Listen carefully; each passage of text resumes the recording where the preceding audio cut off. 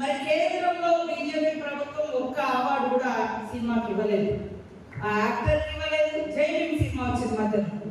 అంటే ఒక్క మామూలు మహిళ భర్త దొంగతనం పేరుతోటి ఒక ఉన్నత వర్గాలు కేసు పెట్టి ఇబ్బందుల పాలు చేస్తే చేతిలో సంఖలో బిడ్డ, కడుపులో మరి రూపం పోసుకునేటువంటి బిడ్డ యొక్క సినిమాను అద్భుతంగా మన ముందుకు తీసుకొచ్చింది.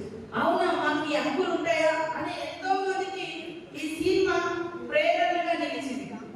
కానీ అలాంటి సినిమాలను ప్రోత్సహించలేదు, అలాంటి వాళ్ళకి అవార్డులు రాలేదు జై భీమ్ సినిమా లాంటి వాటికి.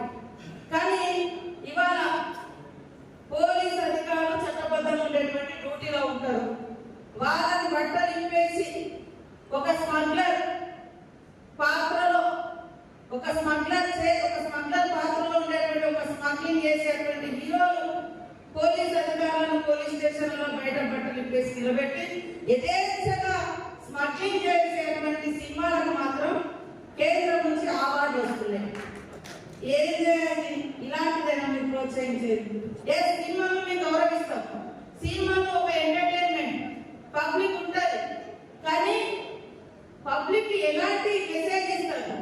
స్మగ్లర్లు హీరోలు అవుతారంట, ఒక అవేర్నెస్ ఇచ్చేటువంటి లాయర్లు జీరో అయితే ఎట్లా? ఒకవేళ అక్కడ స్మగ్లింగ్ జరుగుతున్నప్పుడు దాన్ని కట్టడి చేసేటువంటి పోలీస్ అధికారి జీరో ఎట్లా అవుతాడు? ఇది సమాజం ఆలోచించాలి.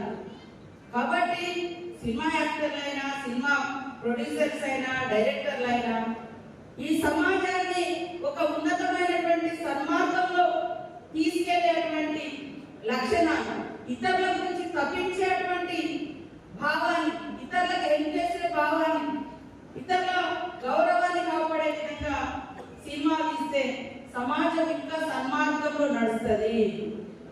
అదే మరి వేరే ఆలోచనలతో పోతే, నేను ఒక అతనంట మహారాష్ట్రలో 2 మర్డర్ కేసులు ఉన్నాయి, తప్పించుకొని తిరుగుతున్నాడు చాలా రోజుల నుంచి. ఎక్కడ దొరికిందంటే మరి ఈ సినిమా హాల్ పుష్ప 2 సినిమా చూసుకుంటూ దొరికింది. అంటే వాళ్ళకు అది ఏ రకమైన ఇంకా నేరాలు పెరగడానికి కూడా ఒక మెసేజ్ పోయేటువంటి అవకాశాలు ఉంటాయి. మేము తప్పు పడతలేము, కానీ చట్టబద్ధంగా ఉండేటువంటి అధికార వ్యవస్థను, రాజ్యాంగం ఇచ్చినటువంటి అధికారిక వ్యవస్థను గౌరవించాలి. అలాంటి మెసేజ్ ఖచ్చితంగా ప్రతి ప్రొడ్యూసర్, యాక్ట్ చేసేటువంటి యాక్టర్లు అది ఫాలో కావాల్సిన అవసరం ఉంది.